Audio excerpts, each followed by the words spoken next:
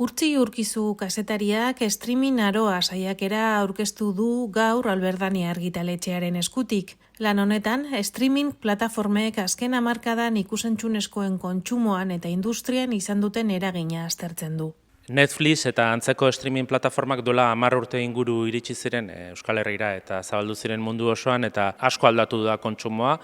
ikusentzunezkoen kontsumoa, telesailak eta fikzioa ikusteko modua eta iruditzen zitzaidan, erraz xamar egin nezakela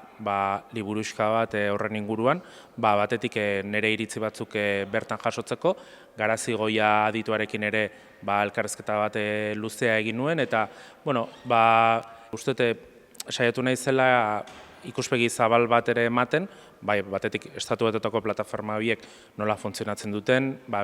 xede nagusia dirua dela, dirua lortzea, arpidedunak kateatzea, pixkat hori nola egiten duten, algoritmoa nola erabiltzen duten, eta Euskal Herrira ere etorri naiz, euskarak plataformetan ere ze presentzia duen aztertuz, eta pixkat bukatzeko,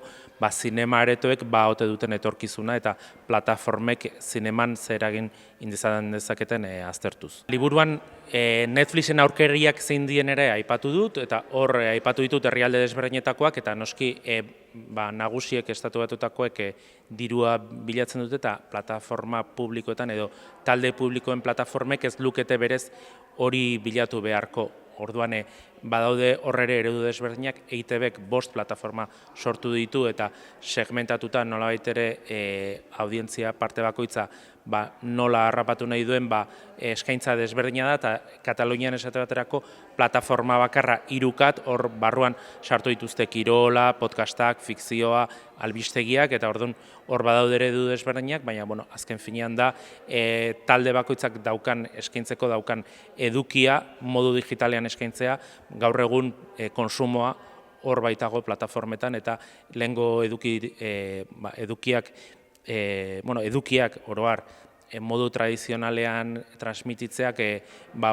jotzen dulako tope bat eta adin batetik gorakoek baina gazteak daudelako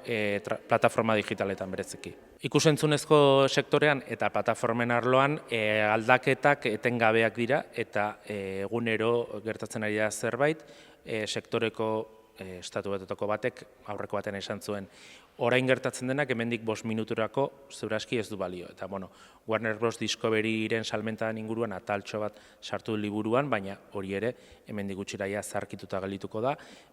hasieran bazirudien Netflixek erosiko zuela, Paramountek gero eskaintza oldarkorra egin zuen, Netflix erretiratu inda eta Paramountek erosiko du. Horrek zer eragina izango duen zineman, gaur egun badirudi Hollywooden oso kezkatuta daudela, Warner Brosen estudioen salmentak ekar dezanekenarekin, pelikula gutxiago egingote diren, gero baita ere plataformetatik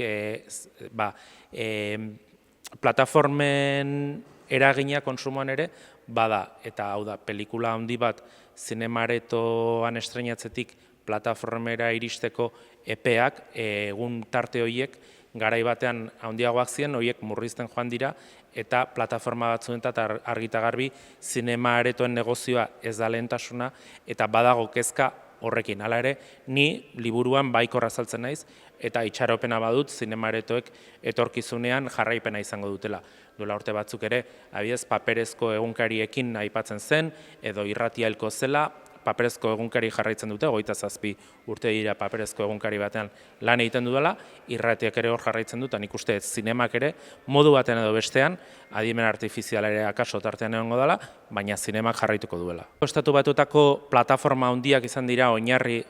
hoiek direlako gehien kontsumitzen direnak, baina aipatu ditut baita ere Txinakoak, Errusia eta India eta beste herrialde batzuetan zertan dena aipatu behintzat egin dut, eta iruditzen zaite batzutan oso mugatua gelditzen garela, pentsatzen dugu bakarrik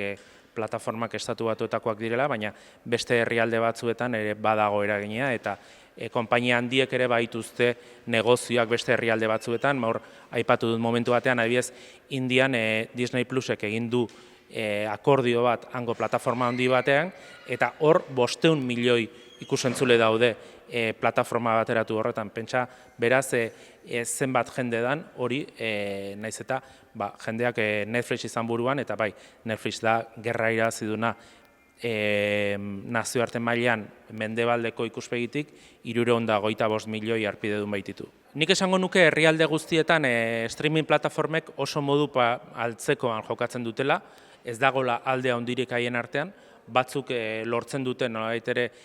teknologiaren bitartez eta